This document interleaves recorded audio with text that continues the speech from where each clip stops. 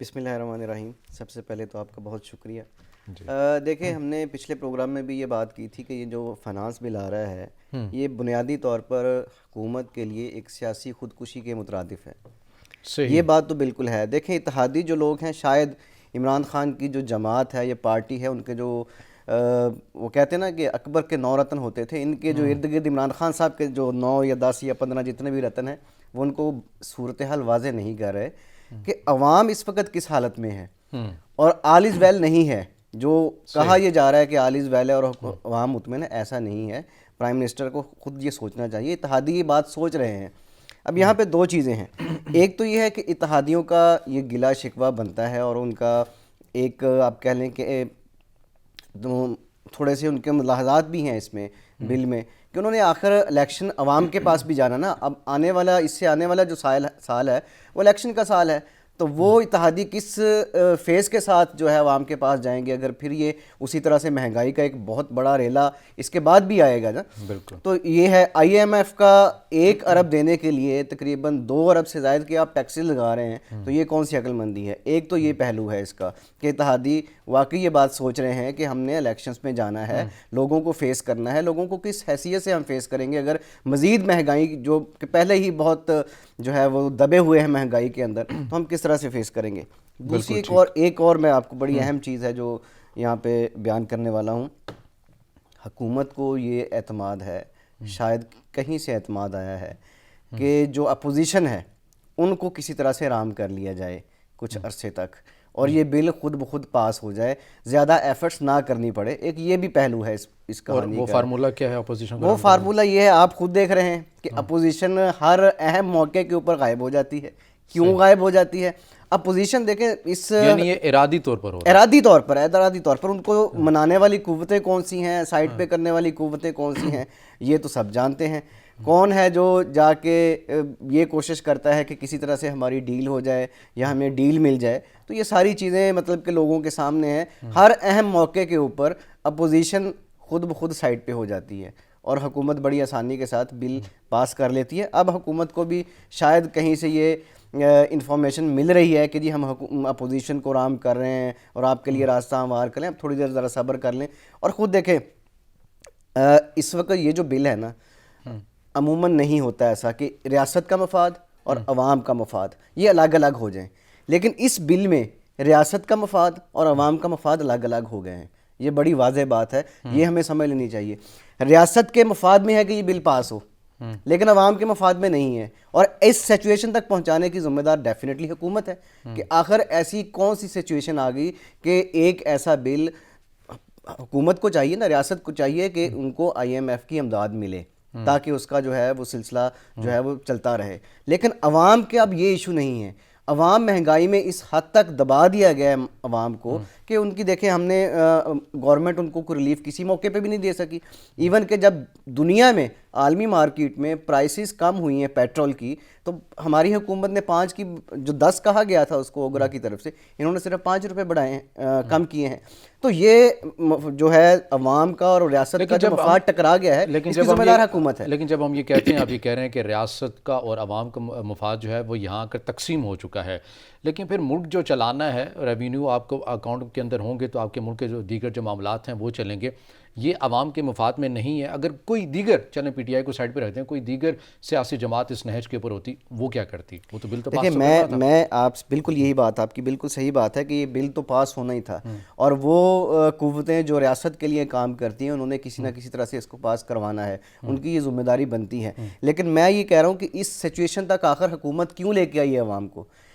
ایسا نہیں ہوتا کہ جو ریاست کا مفاد اور عوام کا مفاد نہ ہو، تو اس کی ذمہ دار بھی تو حکومت ہے نا، اس کی رسپانسبلٹی بھی تو ان کو لینی چاہیے کہ ہم نے وزیر خزانہ کا اپنے اسٹیٹمنٹ میں دیکھی ہوگی، وہ کہتے ہیں کہ چونکہ اس بار امریکہ کے ساتھ ویسے تعلقات نہیں تھے آئی ایم ایف سے، تبھی ہمیں بہت زیادہ سخت شرائط ملی ہیں. یہ بھی ان سے نہیں، ایسا ایک فیکٹر ہو سکتا ہے، لیکن ایسا نہیں ہے. ساری صورتحال ایسی نہیں ہے. بدقسمتی ہے کہ حکومت نے جو عمران خان صاحب نے وعدے کیے تھے اس کے مطابق تو وہ اپنا سلسلہ نہیں چلا سکے. آپ نے دیکھا ہمارے جو وزیر خزانہ ہے کتنے چینج ہوئے ہیں، اور یہ کون ہے وزیر خزانہ؟ یہ عوامی لوگ تو نہیں ہیں. جو عوامی نمائندے ہوتے ہیں وہ تھوڑا سا سوچتے ہیں کسی بھی قسم کے فیصلے کرنے میں. آپ دیکھیں ان کے مشیروں کی بڑی تعداد وہ عوام کے سامنے, ان کا عوام کے ساتھ کوئی کنیکشن نہیں ہے نا. یہی وجہ ہے کہ شاید عمران خان صاحب کو آل از ویل مل رہا ہے. آپ شہزاد اکبر کو دیکھ لیں, آپ شہباز گیل صاحب کو دیکھ لیں, آپ وزیر خزانہ, ان کے کتنے مشیر ایسے ہیں جن کا عوام کے ساتھ کوئی کنیکشن نہیں ہے. تو جب تک آپ ایسے لوگوں کو اوپر نہیں لے کے آئیں گے جن کا کنیکشن عوام کے ساتھ ہوگا, آپ عوامی مسائل سے آگاہ نہیں ہو سکتے. آپ کو وہ پتہ نہیں چل سکے گا جو عوام کے اندر کیا اس وقت صورتحال چل رہی ہے. تو یہ تو ہے کہ اعداد و شمار کا کھیل تو ہمیشہ سے کھیلا جاتا رہا عوام کے ساتھ, لیکن اب تو ایسے لوگ آپ کو کہہ رہے ہیں جو یہ بھی آپ کو کہہ دیتے ہیں کہ جی مہنگائی ہے نہیں ہے, ہمارا پاکستان جو ہے وہ سب سے سستا ملک ہے, یا دنیا میں جو ہے وہ اگر مہنگائی ہے تو ہمارے ریشو کم ہے, حالانکہ ہمارے جو ہمسایہ ممالک ہیں ان میں ریشو مہنگائی کی بہت کم ہے. تو یہ ساری چیزیں ہیں, یہ ہماری حکومت کو, عمران خان صاحب کو نہیں پتہ لیکن چل رہی. آپ کو نہیں لگتا جب یہ حکومت یہ کہتی ہے کہ سابقہ حکومتوں نے ملکی خسارہ جو ہے وہ ہمیں بہت حد تک دیا ہے, اس کے بعد کووڈ جیسا جو وبائی مرض ہے وہ ان کی حکومت میں نہیں آیا, ویسے جو چیلنجز ہے پوری دنیا کی معیشت کے اوپر اثر انداز ہوئے ہیں وہ سابقہ حکومتوں میں نہیں تھے, ہماری حکومت میں تھے. ہم نے تمام تر چیزوں کو بہتر انداز میں ڈیل کیا ہے. مشکلات تو آئی ہیں, ہمارے میں نہیں پوری دنیا میں آئی ہیں. دیکھیں بات یہ ہے کہ ہمیں بالکل اچھے کام ہوئے ہیں.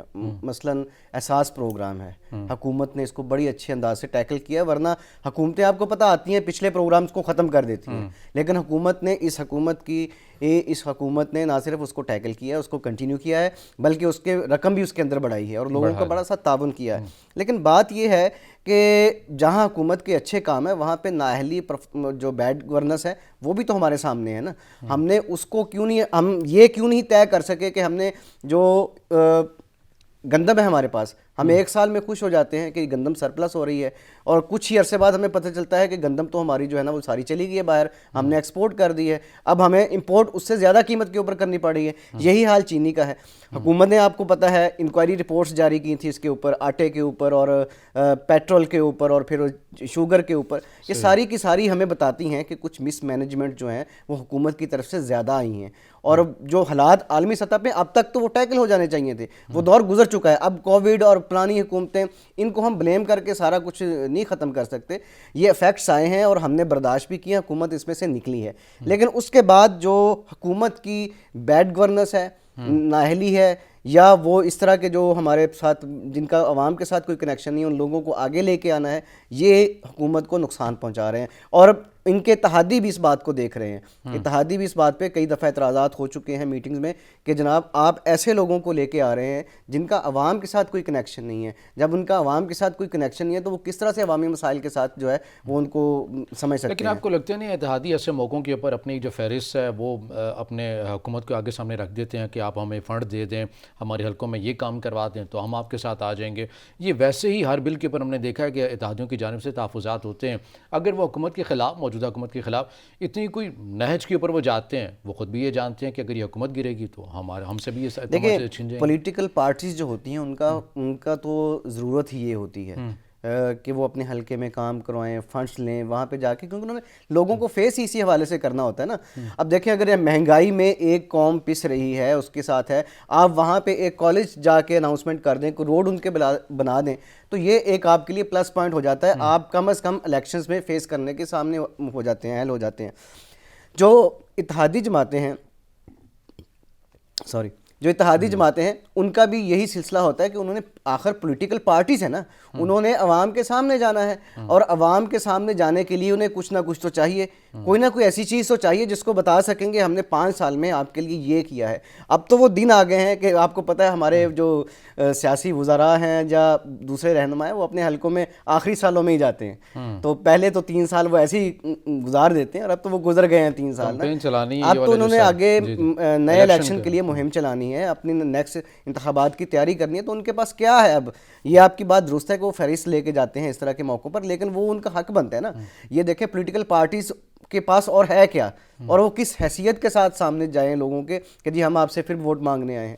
تو یہ تو اچھا, یہ اسی موضوع کو آگے بڑھاتے ہوئے میں یہ جاننا چاہوں گا کہ ہم نے دیکھا کہ پارٹی ترجمانوں کا اجلاس بھی ہوتا ہے جس کے اندر وزیر اعظم یہ کہتے ہیں کہ میں چونکہ ایک برانڈ ہوں, اور آپ اپوزیشن کو دیکھیں کہ کس طرح وہ اپنی قیادوں کو ڈیفینڈ کر رہی ہے. آپ ویسے نہیں کر رہے, منی بجٹ آپ نے صحیح طرح سے عوام کے سامنے نہیں رکھا, حقائق نہیں رکھے ہیں, آئینہ دکھائیں آپ انہیں بار بار. آپ کو نہیں لگتا کہ وزیر اعظم ابھی بھی چونکہ سال 1.5 سال رہ گیا, الیکشن میں بالکل قریب ہیں, عوام جو ہے مہنگائی کی لہر کے اندر اور اس چکی کے اندر مزید پس گھستے ہوئے چلے جا رہے ہیں. آپ کی حکومت کی ترجیحات عوام کو ریلیف دینے کی ہونی چاہیے یا پھر اپنے آپ کو برانڈ کہہ کے اپوزیشن کے اوپر پھر تنقید پر تنقید ایسی چیزوں کے اوپر ہونی چاہیے؟ یہ اب ہمیں تو سمجھ نہیں آتی کہ ہمارے جو پرائم منسٹر ہیں وہ کس انداز سے سوچتے ہیں، یا انہیں یہ کہا جاتا ہے کہ آپ اس انداز سے سوچیں. دیکھیں ایک حد تک وہ بات ان کی درست ہے کہ عمران خان صاحب نے جو احتساب کا نعرہ لگایا تھا اس پہ کچھ نہ کچھ عمل کیا ہے. پہلے اس طرح سے نہیں ہوا، پہلے یہ چیزیں نہیں سامنے آئیں. عمران خان صاحب نے آپ دیکھیں پیٹرول اور انکوائری، شوگر کی انکوائری، حالانکہ ان کے اپنے نام آئے، اگرچہ نیکسٹ اسٹیپ نہیں لیا گیا جس کا ہم بھی رونا روتے ہیں کہ اس سے آگے بھی کچھ اسٹیپ نہیں، لیکن انہوں نے پبلک کیا ان رپورٹس کو، انکوائری رپورٹس کو. اس حد تک تو بات ٹھیک ہے کہ وہ پہلے جو لوگوں نے لوٹا مار داڑ کی، ادھر یہاں سے پیسہ بیرون ملک منتقل کیا، عمران خان صاحب نے یہ نہیں کیا. اس حوالے سے تو آپ کہہ سکتے ہیں کہ وہ ان کا دفاع کیا جانا چاہیے. لیکن اب تو یہ صورتحال بن گئی ہے کہ لوگ یہ کہہ رہے ہیں کہ کرپشن سے زیادہ جو بری چیز ہے وہ نااہلی ہے، کرپشن سے زیادہ بری چیز جو ہے وہ بیڈ گورننس ہے. تو اب تو آپ اس آئیڈیلزم سے باہر نکلیں نا. اب جو آئیڈیلزم تھا ہمارا کہ خان صاحب بڑے سمارٹ ہیں، ان کی اسمائل بڑی اچھی ہے، یہ ہنستے بہت پیارا ہیں، یہ سوٹ پہنتے ہیں تو بہت پیارا لگتا ہے، شلوار قمیض پشاوری چپل، یہ ساری چیزیں یہ عوام کا مسئلہ نہیں ہے. خدا کے لیے ان چیزوں سے باہر نکل آئیں. اور باقی یہ جو آپ کہتے ہیں نا کہ عوام کا سامنا کریں، اور عوام کا سامنا کرنے کی آپ کو ضرورت نہیں ہے، آپ عوام کو ریلیف دینے کی بات کریں. آپ عوام کو کچھ ان کے ایسے منصوبے بتائیں عوام کو جو آپ نے کیے ہیں اور اس سے عوام کو فائدہ براہ راست پہنچ رہا ہو. صحت کارڈ آپ ایک طرف جاتے ہیں نا. دیکھیں صحت کارڈ بھی ہے، اس کے اوپر بھی کچھ بحث ہو سکتی ہے، یہ ایک پلس پوائنٹ ہے، ایک پلس پوائنٹ ہے. لیکن دوسری طرف یہ ہے کہ صرف صحت کارڈ کے ساتھ ہی تو گھر کا چولہا نہیں جلتا نا. گھر میں آپ دیکھیں جس کا 500 کا بل بنتا ہے اس کو آپ 1500 اوپر جو ہے وہ اس کو ٹیکس ڈال دیتے ہیں. 3,000 سردیوں میں بل، مطلب کہ جو ایک عام گھر تھا سردیوں میں عموماً جو ہے وہ بہت بڑے جو گھر ہیں ان کا بھی 2,000 3,000 بل آتا تھا. اس کی وجہ ہے نا ٹیکس بڑھانے کی وجہ یہ ہے کہ ہمارے جو پارلیمنٹیرین ہیں وہ بہت غریب ہیں، تو عوام تو امیر ہے، ان سے پیسہ لینا ہم نے. یہی تو عمران خان صاحب کا نعرہ تھا. پہلے تو انہوں نے کہا تھا کہ جی میں وہ ایسے وزراء کی فوج، مشیروں کی فوج نہیں رکھوں گا. آپ یہ دیکھ لیں یہ پچھلی حکومتوں میں سے زیادہ ہو گئی ہے. اور اس میں بھی آپ یہ دیکھ لیں آج کل جو ٹیکس کی رپورٹس سامنے آئی ہیں اس میں ہمارے سب سے زیادہ غریب تو عثمان بزدار صاحب ہیں. میرا خیال ہے انہیں احساس پروگرام میں رجسٹر کروا لینا چاہیے اپنے آپ کو. سوری. تو یہ تو ہمارے وزراء جو ہیں وہ یہ احساس پروگرام تو ان کے لیے ہے، پھر ہمیں یہ تو عوام کے لیے پھر بھی یہ نہیں ہے. انہیں کے لوگ جیسے بے نظیر انکم پروگرام میں ہم نے دیکھا کہ کچھ افسران کی جو خواتین ہیں وہ ان کو ملتے رہے. ہو سکتا ہے کہیں نہ کہیں یہ بھی رپورٹ منظر عام پر آ جائے کہ مستحق افراد تک ملتا رہا. یہ تو اب جب یہ حکومت جائے گی اس کے بعد کچھ چیزیں کھلیں گی، لیکن کم از کم اس وقت جو ٹیکس کی پوزیشن ہے، گیلانی صاحب نے 1 روپیہ نہیں دیا. بالکل ٹھیک ہے. تو ہمارے جو سی ایم صاحب ہیں پنجاب کے سب سے بڑے صوبے کے جو سی ایم صاحب ہیں، تو وہ آپ دیکھ لیں ان کی کیا صورتحال ہے. تو واقعتاً آپ کی یہ بات درست ہے کہ سب سے زیادہ غریب تو یہ ہمارے عوام سے لیں گے نا ٹیکس. پارلیمنٹیرین تو غریب ہیں ہمارے. بالکل ایسے ہی لگ رہا ہے کہ ہماری عوام سے جو ہے مزید. اب آپ کو یہ مزے کی بات بتائیں، یہ جو ہمارے بجلی کے بل بہت زیادہ آ رہے ہیں جی، پچھلے دنوں حماد اصغر صاحب نے یہ بات آن دی ریکارڈ کہی ہے کہ یہ وہ سبسڈی ہے جو ہم ٹیکسٹائل جو برانڈز ہیں ان کو دے رہے ہیں. اب عوام کے پیسوں سے آپ کن کو دے رہے ہیں جو ایکسپورٹ کر کے اربوں خربوں کما رہے ہیں. عوام جن کی آمدن بھی کم ہو گئی ہے، جن کی جابز بھی ختم ہو گئی ہیں، آپ ان سے پیسہ نکال کے آپ ٹیکسٹائل آنرز کو جو ہے وہ سبسڈی دے رہے ہیں. کتنا یہ مطلب کہ ظلم کا نظام ہے جس کو عمران خان صاحب کہہ رہے تھے کہ ہم ختم کر دیں گے. وہ کہہ رہے ہیں کہ 200-300 لوگ ہیں جو ٹیکسٹائل میں بھی سبسڈی ان کو اربوں روپے کی مل رہی ہے، ان کو سیمنٹ کے حوالے سے بھی، ان کو ایکسپورٹ کے حوالے سے مختلف جو ایسی مد ہیں ان کو اربوں روپے کی جو ہے آپ سبسڈی کر رہے ہیں. اور ان تمام میں سب سے جو لاڈلا ڈپارٹمنٹ رہا ہے وہ ریئل اسٹیٹ کا رہا ہے. ریئل اسٹیٹ کا ابھی بھی اس کے آپ دیکھ لیں، ابھی بھی اس کے اوپر یہ مشرف دور سے شروع ہوا تھا یہ کام، ریئل اسٹیٹ کی سرپرستی حکومتی معاملات میں کی جاتی رہی ہے. ابھی بھی آپ دیکھ لیں کہ ریئل اسٹیٹ کی جو ہے وہ کیفیت کیا ہے، اور اس کے اوپر حکومتی سرپرستی جتنے بھی انسینٹیوز دیے گئے ہیں وہ سب سے زیادہ ریئل اسٹیٹ کو دیے گئے ہیں یا ایکسپورٹ والوں کو دیے گئے. اور مزے کی بات یہ ہے کہ جن لوگوں کو سبسڈی ایکسپورٹ میں مل رہی ہے اس میں ضروری نہیں ہے، یہ کہیں کنڈیشن نہیں ہے کہ جی یہ صرف ایکسپورٹ کرنے میں ہی ان کو سبسڈی دی جائے. جو لوکل ہیں برانڈس ہیں ان کو بھی سبسڈی وہ اتنی ہی مل رہی ہے. تو یہ ہمارے ساتھ یہ عوام کے ساتھ ظلم ہے. خان صاحب کو ان کی طرف آنا چاہیے تھا بجائے اس کے کہ یہ کہتے کہ جی ہمارا میں ایک برانڈ ہوں اور میری پرسنالٹی کے اوپر بات کریں یا میرے معاملات. عوام کو اب ان چیزوں سے دلچسپی شاید نہیں رہی ہے اور نہ اس سے پیٹ بھی نہیں بھرتا. نواز شریف آتے ہوئے نظر آ رہے ہیں کیونکہ حکومت ایک بار پھر سے بڑی متحرک ہو گئی ہے اور کہا ہے کہ شہباز شریف کے خلاف جو ہے عدالت سے رجوع کریں گے. بیان الفی انہوں نے دیا تھا, وہ اپنے بھائی کو لیں یا پھر خود جیل چلے جائیں. دیکھیں بیان حلفی بالکل بنتا ہے کہ شہباز شریف کو, لیکن بیان حلفی میں ایک چیز لکھی گئی ہے وہ شاید آپ کی نظر سے نہیں گزری. ڈاکٹر کی مشاورت اور دوسرا یہ لکھا گیا کہ اگر وہ نہ آئے تو پاکستان اپنے ہائی کمشنر کے ذریعے ان کو بلا سکتا ہے. اب دیکھیں دو چیزیں ہیں. نواز شریف صاحب ایک تو شوشہ چھوڑا گیا کہ وہ آ سکتے ہیں. میری جو اطلاعات ہیں, جو میری انفارمیشن ہے, مولانا فضل الرحمان صاحب نے باقاعدہ خود نواز شریف صاحب سے بات کی اور کہا کہ آپ 23 مارچ سے پہلے آئیں. صحیح. جس پر نواز شریف نے سوچنے کا کہہ دیا ہے کہ ہم اس بات پر اپنی پارٹی میں سوچیں گے, لیکن حقیقت جو اندر کی بات ہے وہ یہ ہے کہ نواز شریف صاحب نہیں آ رہے, نواز شریف نہیں آنا چاہ رہے. لیکن ایک چیز ہے کہ حکومت نے بھی ایک تھوڑا سا جو ہے نا وہ جس طرح انہوں نے ایک ڈر چھوڑا. یہاں پر میں ایک پوائنٹ پہ رکوں گا. آپ نے کہا کہ نواز شریف نے یہ کہا کہ میں سوچوں گا. سوچنے سے کیا مراد ہے؟ وہ تو علاج کروانے گئے تھے اپنا. یہی تو بات ہے. یہ اصل میں ہماری جو عوام ہے نا, یہ بھولنے والی چیزیں ہیں نا کہ ہم یاد نہیں رکھتے کہ نواز شریف صاحب کس کے لیے گئے تھے. وہ تو سرجری کروا رہے تھے اور وہ انہوں نے کروا کے واپس آنا تھا. اور وہ تو ایک دفعہ ہاسپٹل بھی نہیں گئے, انہوں نے چیک اپ بھی نہیں کیا, نہ کوئی کمیشن بیٹھا وہاں پہ. اچھا, اب جو چیز ان کے سامنے آ رہی ہے, نون لیگ کے سامنے, دیکھیں پولیٹیکل پارٹی ہے نا, پھر چیزوں کو پولیٹیسائز کرنا ان کا حق بھی بنتا ہے, لیکن وہ کس طرح سے کرتی ہیں عوام کو بھی تو پتہ چلنا چاہیے نا. وہ گئے تھے علاج کروانے کے لیے, وہاں پہ انہیں سیاست کی جا کے, وہاں پہ انہوں نے عیاشیاں کی, وہاں پہ انہوں نے شادیاں اٹینڈ کی, وہاں پہ انہوں نے جا کے تقریریں کی حکومت کے خلاف, فوج کے خلاف, ایون کہ وہ لوگ جو ریاست کے اگینسٹ تھے, حمد اللہ صاحب جیسے لوگ جو افغانستان سے تھے, جن کے بارے میں پاکستان کا موقف بڑا سٹینس بڑا واضح تھا کہ اس نے پاکستان کو گالی دی ہے, پاکستان کی قوم کو گالی دی ہے, ہم اس کے ساتھ کسی طرح سے نہیں بیٹھیں گے. ان کے ساتھ جا کے ملاقاتیں کی اور ایسے وقت میں کی جب طالبان کی حکومت آ رہی تھی, جب وہ خود بھاگ رہے تھے. تو یہ بڑا ایک المیہ ہے ہمارا کہ نواز شریف صاحب یہاں سے کس لیے گئے اور وہاں پہ بیٹھ کے کس طرح کی سیاست کرتے رہے ہیں, کبھی فوج کے خلاف, کبھی اسٹیٹ کے خلاف, کبھی کچھ. یہ ایک الگ چیز ہے. لیکن اب یہ ہے کہ ان کی اپیل ریجیکٹ ہونے جا رہی ہے.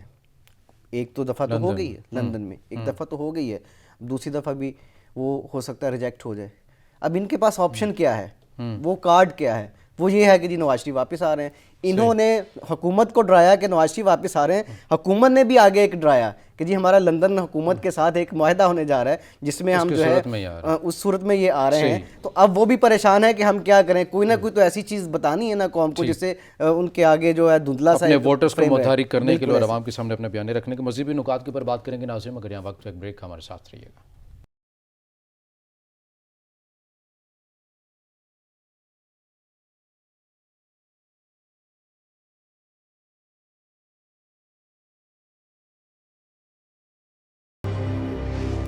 بریک کے بعد ناظرین پروگرام میں آپ کو خوش آمدید کہیں گے. اور بریک میں جانے سے ہم پہلے بات کر رہے تھے کہ نواز شریف کے آنے اور ان کو لانے, یا حکومت ان کو لے کر آئے گی یا وہ خود آئیں گے, تمام امور کے اوپر بات کریں. حکومت اپنا بیانیہ سامنے رکھ رہی ہے اور اپوزیشن پاکستان مسلم لیگ نون ایک اپنے بیانیے کے ساتھ عوام کے سامنے موجود ہے. آصف خورشید صاحب, بات اسی پر کر لیتے ہیں کہ آپ کو نہیں لگتا کہ بلدیاتی انتخابات کے حوالے سے ہم نے تو خیر یہ دیکھا ہے کہ پاکستان مسلم لیگ نون کے حق میں ہی عوام نے جو ہے وہ فیصلہ دیا ہے اب تک, جو ہے وہ ڈسکا کے ہوں یا لاہور کے N133 ہوں. اگر کے پی کی بات کریں تو JUIF کے حوالے سے پاکستان تحریک انصاف اپنی مقبولیت کھوتی جا رہی ہے. لیکن یہاں پر سوال یہ بھی بنتا ہے کہ مورلی یعنی اخلاقی لحاظ سے پاکستان مسلم لیگ نون کا بیانیہ جو ہے وہ کسی حد تک عوام کے اندر معدوم ہوتا ہوا نظر نہیں آتا کہ آپ گئے تھے علاج کی غرض سے, آپ وہاں پر میٹنگز بھی کر رہے ہیں, سیاسی آپ نے جو سرگرمیاں اس کو بھی تیز کر دیا ہے, نجی محافل میں بھی آپ جاتے ہیں. تو یہاں پر یہ پھر بات واضح ہو جاتی ہے, علاج والا معاملہ نہیں ہے آپ, بلکہ یہاں سے جیل سے بچنے کے لیے, اس کی رائے سے بچنے کے لیے آپ باہر جا کر بیٹھیں. دیکھیں دو چیزیں, میں اس بات سے اختلاف کرتا ہوں کہ تحریک انصاف کی مقبولیت کی بجائے نواز شریف کی مقبولیت یا JUIF کی مقبولیت, ایسا نہیں ہے. صحیح. PTI کا ووٹر PTI کے لوگوں سے ناراض ہے. اچھا. وہ باہر نہیں نکلا اور ان کو پھر اس کا جو ہے نا نتائج وہ صوبہ سرحد میں دیکھنے کو ملے. وہ باہر کیوں نہیں نکلا؟ باہر اس لیے نکلا کہ ان کے اندر جو تنظیمی لڑائیاں ہیں وہ بھی ہیں، اور جو ان کے وزراء کی جو ہیں وہ آپ یہ کہہ لیں کہ عوام کے مسائل کو نہ سمجھنا وہ بھی ہیں، لیکن بیسک ان کی جو تنظیمی لڑائی ہیں نا وہاں پہ وہ بڑی اہم ہیں کہ اس وقت صوبہ سرحد میں یہ آرگنائز نہیں کر پا رہے. یہ جو میں نے آپ سے پہلے بات کی نا 9 رتن، وہ سارے کے سارے 9 رتن کے بدقسمتی سے وہ صوبہ سرحد سے ہی ہیں. تو بلدیاتی انتخابات میں ان کا ووٹر باہر نہیں نکلا، یا اگر کوئی نکلا ہے تو اس نے کہا کہ جی تحریک انصاف کو ووٹ نہیں دینا، چاہے کسی کو بھی چلا جائے. انہوں نے یہ اسٹریٹجی اپنی اپنائی. لیکن اس کے باوجود آپ اس کی وجہ آپ کو مہنگائی نہیں لگتا؟ مہنگائی ڈیفینیٹلی ایک وجہ ہے، ڈیفینیٹلی ایک مہنگائی وجہ ہے. لیکن میں سرحد کے عوام کے حوالے سے چونکہ تھوڑا سا اگر ہم ان کی اسٹڈی کریں نا ان کی نفسیات کے حوالے سے، تو وہ اس سے زیادہ ان کو جو ہے نا وہ ان کے جو اپنی آرگنائزیشنز کی لڑائی ہیں اس سے زیادہ وہ فیڈ اپ ہیں، اور اپنے حلقوں میں کام نہ کرنا، حلقوں میں پیش نہ ہونا، اس طرح کی چیزیں ہیں وہ زیادہ وہاں پہ میٹر کرتی ہیں. پنجاب کی حد تک تو یہ آپ بات کہہ سکتے ہیں کہ مہنگائی میں، لیکن میں وہاں کے عوام کی بات کر رہا ہوں کہ وہاں پہ یہ مسائل زیادہ ہیں. ان کو اس سے زیادہ نہیں مسئلہ کہ مہنگائی اس طرح سے ہے، کیونکہ سرحد میں ویسے بھی عموماً ہماری نسبت وہاں پہ مہنگائی ویسے کم بھی ہے پنجاب کی نسبت. یہ چیز ہے. اب آتے ہیں نواز شریف صاحب کی طرف کہ نواز شریف دیکھیں قوم کو سب کو پتہ ہے، اس میں ویسے حکومت بھی ذمہ دار ہے کہ جو عمران خان صاحب کہتے تھے کہ جی میں نے ان کی حالت دیکھی، رپورٹس چیک کی، اور جب میں نے دیکھا کہ جب کابینہ میں بیان کی تو شیریں مزاری رونے لگ گئیں، اور لیکن جب میں نے اس کو سیڑھیاں چڑھتے ہوئے دیکھا تو میں حیران ہو گیا کہ یہ کون سا شخص ہے جس کو اتنی بیماری ہیں. حکومت، عدلیہ اور خود نواز شریف یہ سارے کے سارے قوم کو دھوکہ دینے میں برابر کے شریک ہیں. اس کی وجہ یہ ہے کہ آپ دیکھیں ان کی رپورٹس کی تصدیق کرنے والا کون تھا؟ وہ جو پنجاب میں ہماری جو وزیر ہیں، صحت کے وزیر ہیں یاسمین راشد، جو ہمارے اس وقت صحت کے جو مشیر ہیں ان کے ڈاکٹر فیصل سلطان صاحب، وہ مطلب کہ یہ سارے کا سارا پینل تھا نا ایک جو نواز شریف صاحب کو ان کی رپورٹس کو ایگزامن کرنے والا تھا اور دیکھنے والا تھا. ان سب نے یہ تصدیق کی ہے کہ جی نواز شریف صاحب تو اب اتنا بھی نہیں ہو سکتا کہ یہ سیڑھیاں چڑھ کے جو ہے وہ فلائٹ پہ بیٹھ جائیں. لیکن وہاں جا کے آپ یہ دیکھیں نون لیگ نے بھی دھوکہ دیا کس طرح سے. انہوں نے عدالت میں کس طرح سے رٹ دائر کی، اور عدلیہ آپ کو پتہ ہے ہمیشہ سے بدقسمتی رہی ہے کہ یہ بات اگرچہ وہ اس میں توہین کے زمرے بھی آ جاتی، لیکن یہ ہمارے سامنے حقائق بھی تو ہے نا کہ ہمیشہ سے عدلیہ کا جو ہے وہ جھکاؤ نون لیگ کی طرف رہا ہے. عدلیہ تو انہی چیزوں کے اوپر فیصلہ کرے گی جو چیز اس کے سامنے ہے. عدلیہ کے پاس جب وہ رپورٹس جاتی ہیں اور خود حکومتی وزراء ہوں یا معاون خصوصی صحت سے متعلق ہوں، پریس کانفرنسز جن میں ہزار بار کرتے رہے، آپ کے سامنے ہے معاون خصوصی چاہے وہ پنجاب کی ہوں یا پھر صحت کے متعلق ہوں، انہوں نے پریس کانفرنس کی بتایا کہ روز آ کے پلیٹلیٹس کے بارے میں بتاتے تھے کہ نواز میاں صاحب کتنے گر گئے ہیں، اتنے پہ چڑھ گئے تھے. کس نے کہا؟ اس میں نون نے تو نہیں کہا، یہ تو حکومت نے کہا. دیکھیں بات یہ ہے کہ عدلیہ کو کم از کم یہ بات نہیں کہنی چاہیے تھی کہ جی آپ اس کی زندگی کی ضمانت دیں ہمیں. آپ کو پتہ ہے نا یہ پریشر گورنمنٹ کے اوپر، گلے کے اوپر تلوار رکھی گئی ہے کہ جی آپ ہمیں اس کی زندگی کی ضمانت دے دیں اس شخص کی. تو عدلیہ کون ہوتی ہے کہ وہ زندگی کی ضمانت کسی شخص سے اس بنیاد پر مانے کہ یہ بندہ مر جائے گا، یہ زندہ رہ جائے گا. یہاں پہ تھوڑا سا عدلیہ نے جھکاؤ دکھایا ہے نون لیگ کی طرف، اور ہمیشہ سے دکھاتی رہی ہے. آپ کو بھی پتہ جو فیصلے ہوتے ہیں اور جس طرح سے معاملات ہوتے ہیں وہاں پہ کافی سارا جھکاؤ آ جاتا ہے بدقسمتی سے. تو نون لیگ نے اب یہ دیکھیں نواز شریف سے یہاں سے وہاں سے سرجری انہوں نے کروانی تھی جو پاکستان میں ممکن نہیں تھی. وہاں پہ تو یہ ایک دفعہ بھی کسی ہاسپٹل میں بھی جا کے انہوں نے اپنا جو ہے نا وہ میڈیکل چیک اپ بھی نہیں کروایا. سرجری تو دور کی بات ہے، انہوں نے میڈیکل چیک اپ بھی نہیں کروایا. یہاں پہ ڈیلی بیسس کے اوپر کووڈ کی وجہ سے ڈیلی بیسس کووڈ تو کب سے سر ختم ہو گیا نا. یہاں پہ ڈیلی بیسس کے اوپر ان کے جو پلیٹلیٹس ہیں ان کی تعداد قوم کو بتائی جا رہی تھی کہ جی اب یہ ہو گیا، اب اتنے ان کے جو ہے نا سٹنٹ پڑ گئے ہیں، اتنے دورے پڑ گئے ہیں، اتنی جو ہے نا مریض جو ہے نا وہ اتنا سیریس ہو گیا ہے. اب وہاں پہ تو کچھ بھی نہیں تھا. جو ہی یہ گئے ہیں وہاں پہ کچھ دن انہوں نے آرام کیا، ریسٹ کیا، اس کے بعد پھر اسی طرح سے یہ ہمیں سڑکوں پہ گھومتے نظر آئے ہیں، ہمیں کافی شاپس میں نظر آئے ہیں، شاپنگ مالز میں نظر آئے ہیں، یہ پریس کانفرنس کرتے نظر آئے ہیں، میڈیا سے گفتگو کرتے نظر آئے ہیں. وہ سیاست کرتے ہیں اور پھر ان لوگوں کے ساتھ ملاقاتیں کرتے نظر آئے ہیں کہ جن کا ریاست کے ساتھ ایک ٹکراؤ تھا. تو یہ مطلب کہ نون لیگ کس طرح کی سیاست کر رہی ہے، قوم تو اس بات کو دیکھ رہی ہے نا، قوم کے سامنے ہیں یہ ساری چیزیں. آپ نے جھوٹ بولا پوری کی پوری پارٹی، اور یہ آج کا نہیں ہے، نون لیگ کا یہ وتیرہ رہا ہے معذرت کے ساتھ. آپ یہ دیکھیں جب یہ گئے ہوئے تھے مشرف کے ساتھ ڈیل کر کے گئے تھے، پہلے انہوں نے کیا کہا تھا کہ جی ہم نے تو ڈیل کی نہیں ہے، قسمیں کھائی تھی، سارا کچھ کیا تھا، لیکن پھر وہ ڈاکومنٹس منظر عام پہ آ گئے. پھر یہ 10 سال بعد پورے کرنے کے بعد واپس بھی آئے ہیں اور سارا کچھ ہوا ہے. یہ نون لیگ کا وتیرہ رہا ہے، ان کے قائدین کا وتیرہ رہا ہے کہ یہ اسی طرح سے کرتے ہیں. بیسیکلی یہ ایک شاہی خاندان ہے، یہ وہ سختیاں جن کا یہ دعویٰ کرتے ہیں وہ برداشت نہیں کر پاتے. ٹھیک ہے، اور ان کا جو بیانیہ ہے کہ ووٹ کو دو، تو یہ سارا کا سارا ہے کہ مزید بھی نکات کے اوپر بات کر لیتے ہیں، کیونکہ اس کا ایک پہلو یہ بھی ہے کہ جو جن سے ڈیل کی جا رہی ہے ہمیشہ وہی ان کے اوپر تنقید کی جاتی ہے جو ڈیل کرنے والے ہوتے ہیں. جو اصل بات جو ہے وہ ان کے اوپر بھی آپ کو بھی پتہ ہے، ہمیں بھی پتہ ہے کہ بات کرتے ہوئے سبھی کے جو ہیں وہ پر جل جاتے ہیں. بات کر لیتے ہیں دیگر موضوعات کے. فارن فنڈنگ کیس کے حوالے سے آج ایک اہم سماعت ہونے جا رہی ہے. کیا لگتا ہے واقعی جس طرح سے اپوزیشن جو بیانیہ بنا رہی ہے بالخصوص پاکستان مسلم لیگ نون کے، واقعی کوئی مشکل پیش آ سکتی ہے موجودہ حکومت کے لیے، یا کوئی بہت بڑی جس طرح کی باتیں کی جا رہی ہیں، 1 پیج بھی نہیں رہا، اوپر سے یہ سماعت بھی ہونے جا رہی ہے، ایسی کوئی بات ہے؟ دیکھیں میرا خیال ہے یہ 1 پیج والی بات تو بالکل غلط ہے، اس میں کوئی ایسی صداقت نہیں ہے. اسٹریٹجیز تبدیل ہوتی ہیں اور ہر جو نیا آنے والا بندہ ہے وہ اپنے مطابق اسٹریٹجی بناتا ہے. لیکن یہ والی جو صورتحال ہے جو ہم ایک کی جا رہی ہے کہ شاید ہاتھ کھینچ لیا سپورٹ ختم ہوگی، ایسی بات ابھی فی الحال نہیں ہے. یہ کوئی ایسی چیز نظر آنے والی نہیں ہے. باقی بات یہ فارن فنڈنگ کیس دیکھیں، ہم اس کے اوپر چونکہ فیصلہ آنے والا ہے، سماعت دوبارہ سے شروع ہو گئی ہے، ہم اس کے اوپر کر تو نہیں سکتے، لیکن فیصلہ جو بھی آتا ہے اس میں صرف تحریک انصاف نہیں رگڑی جائے گی معذرت کے ساتھ، اس میں پیپلز پارٹی بھی ہیں، اس میں مسلم لیگ نون بھی ہیں. تو یہ اس کے نتائج سب کو بھگتنے پڑیں گے، صرف پی ٹی آئی کو نہیں بھگتنے پڑیں گے. جو بھی فیصلہ جس طرح سے بھی آتا ہے، اگر پی ٹی آئی اس کی ذمہ دار ہے تو پھر پیپلز پارٹی اور نون لیگ کا کیس بھی ساتھ ہی ہے.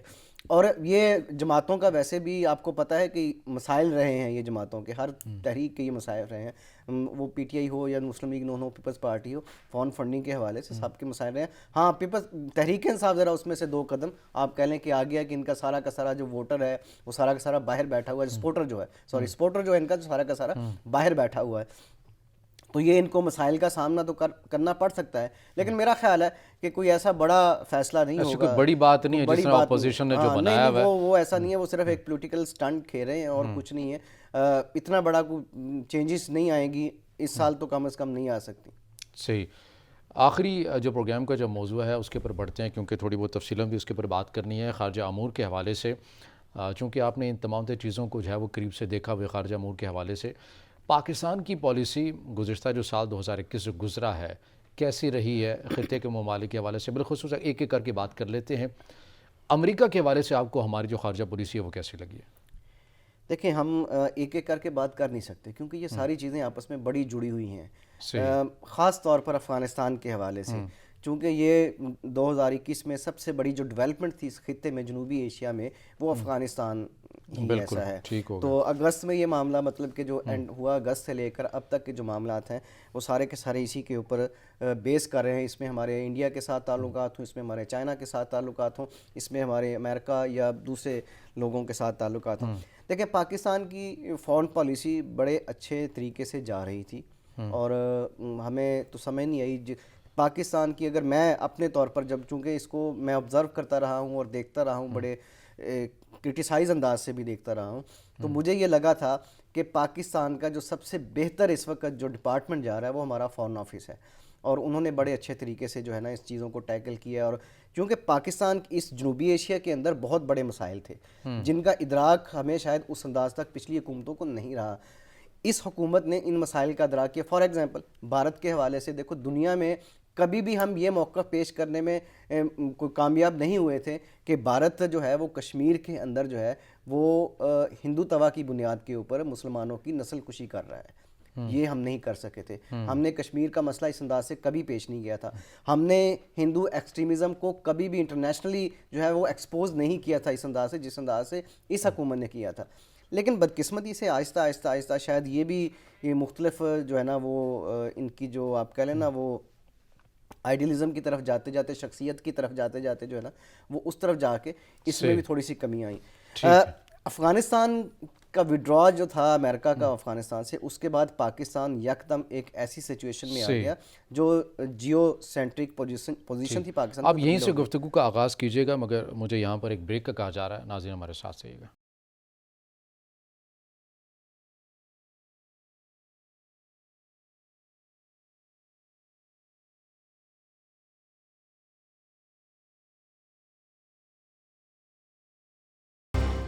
بریک کے بعد ناظرین پروگرام میں آپ کو خوش آمدید کہیں گے، اور ہم بات کر رہے تھے کہ پاکستان کی 2021 میں جو سفارتی لحاظ سے ایک اہم سال بھی گزرا ہے. اس طرح سے وزیر خارجہ نے بھی کہا ہے کہ یقیناً طور پر 2021 تھا سفارتی لحاظ سے ایک بڑا محاذ بھی تھا پاکستان کے لیے، جس کو کافی حد تک میدان جو ہیں وہ ہم نے عبور کیے ہیں، اس کو سر کیا ہے. آصف خورشید صاحب، افغانستان کے حوالے سے آپ بات کر رہے تھے، پاکستان کی خارجہ پالیسی امریکہ کو لے کر جو لنک ہے افغانستان کی صورتحال کے اوپر، آپ وہیں سے بات کا آغاز کیجیے گا. افغانستان کے مسائل نے ہماری پوری جو اس خطے کے سیاست تھی، پولیٹکس تھی، اس کو چینج کیا ہے. عمران خان حکومت کو یہ کریڈٹ جاتا ہے، اور شاید اس کے پیچھے معید یوسف صاحب کا بڑا کردار ہے کہ سب سے پہلے تو ہماری ہمیشہ سے جو پالیسی پہلے رہی ہے وہ ہماری انڈین سینٹرک پالیسی رہی ہے، اور ہم ہر چیز کو انڈیا کے حوالے سے سوچتے رہے ہیں. لیکن معید یوسف نے آ کے اپنے اس بیانیے کو تھوڑا سا جو پولیٹیکل اکنامک کے ساتھ، جیو اکنامک کے ساتھ اس چیز کو جوڑا ہے، وہ میرا خیال ہے کہ وہ پاکستان کو بہت پہلے جوڑ لینا چاہیے تھا. دبی آوازیں تو پہلے آتی تھی، لیکن کوئی ایسا ریاست کی سطح کے اوپر نہیں آیا. آپ نے دیکھا جو اکنامک اسی وقت جو سلامتی پالیسی آئی ہے، قومی سلامتی پالیسی جو آئی ہے، اس میں بھی اکنامک کو جو ہے وہ بنیادی فیکٹر رکھا گیا ہے اس کے اندر. تو ہماری ساری کی ساری جو پولیٹکس تھی خطے کی، وہ اکنامکس کے ساتھ جڑی ہوئی تھی. اچھا، افغانستان سے وڈرا ہوا تو پھر ڈیفینیٹلی چائنا، رشیا، اور یہ ایک بلاک ہے ہمارے یہاں جس کو لیڈ ڈیفینیٹلی چائنا اس وقت کر رہا ہے. رشیا نہیں کر رہا، لیکن چائنا اس وقت کر رہا ہے. اور ٹریڈ کے حوالے سے اس وقت انٹرنیشنل لیول کے اوپر امریکہ اور چائنا کی آپ کو پتہ ہے کہ بہت کھلی وار ہے، جس میں اوپر فی الحال چائنا کا جو ہے پلڑا باری ہے. تو پاکستان کو ایک ایسے موقع کے اوپر پاکستان درمیان میں آ گیا تھا نا، دونوں بڑی طاقتوں کے درمیان میں. ایک طرف ایشیا پیسیفک کا جو ہے وہ امریکہ کا سارا سٹینس تھا، اور دوسری طرف جنوبی ایشیا اور سینٹرل ایشیا جو ہے، یہ سارا کا سارا اس میں پاکستان کہاں کھڑا سٹینڈ ہونا، یہ بہت بڑا ایک سوال تھا. لیکن پاکستان نے ان معاملات کے اوپر بڑے اچھے طریقے سے ٹیکل کیا. اور دوسرا پاکستان کا سب سے بڑا جو ایشو تھا وہ تھا کشمیر کے حوالے سے.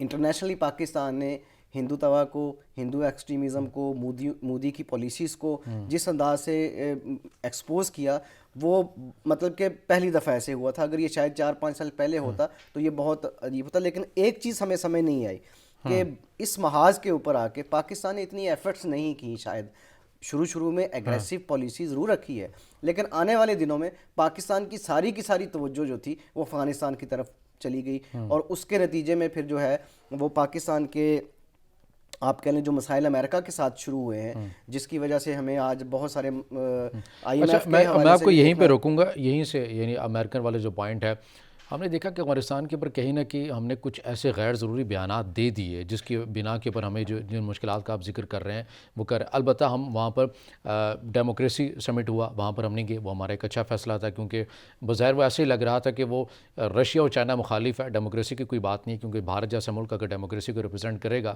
اس کے ملک کے جو حالات ہیں پوری دنیا اس کو جانتی ہے. یہ اقدام ہمارا ٹھیک تھا، لیکن ہمیں کہیں نہ کہیں جو ایسے جو بیانات ظلم کی زنجیریں توڑ دی ہیں یا یہ کر دیا ہے، ہمیں ان بیانات سے تھوڑا بہت رہنا چاہیے تھا، پیچھے رہنا چاہیے تھا. اتنی جلدی نہیں کرنی چاہیے تھی بیانات، دیکھیں یا پاکستان، دینے نہیں چاہیے تھے. یہ آپ کی بات درست ہے. فارن پالیسی جو ہوتی ہے نا جی، وہ بڑا ایک شطرنج کا کھیل ہوتا ہے. اس میں ہر مہرے کو آپ نے بڑے احتیاط سے چلنا ہوتا ہے، ٹھیک. اور وہاں پہ یہ کوئی ایسا نہیں ہوتا کہ، اور اس میں الفاظ کی جو گیم ہے نا یہ بڑی اہمیت رکھتی ہے. تو میرا خیال ہے اس لیول کے اوپر، مطلب کہ پرائم منسٹر لیول کے اوپر آپ کو تھوڑا سا بولنے کے لیے دیکھنا چاہیے کہ آپ کیا بول رہے ہیں.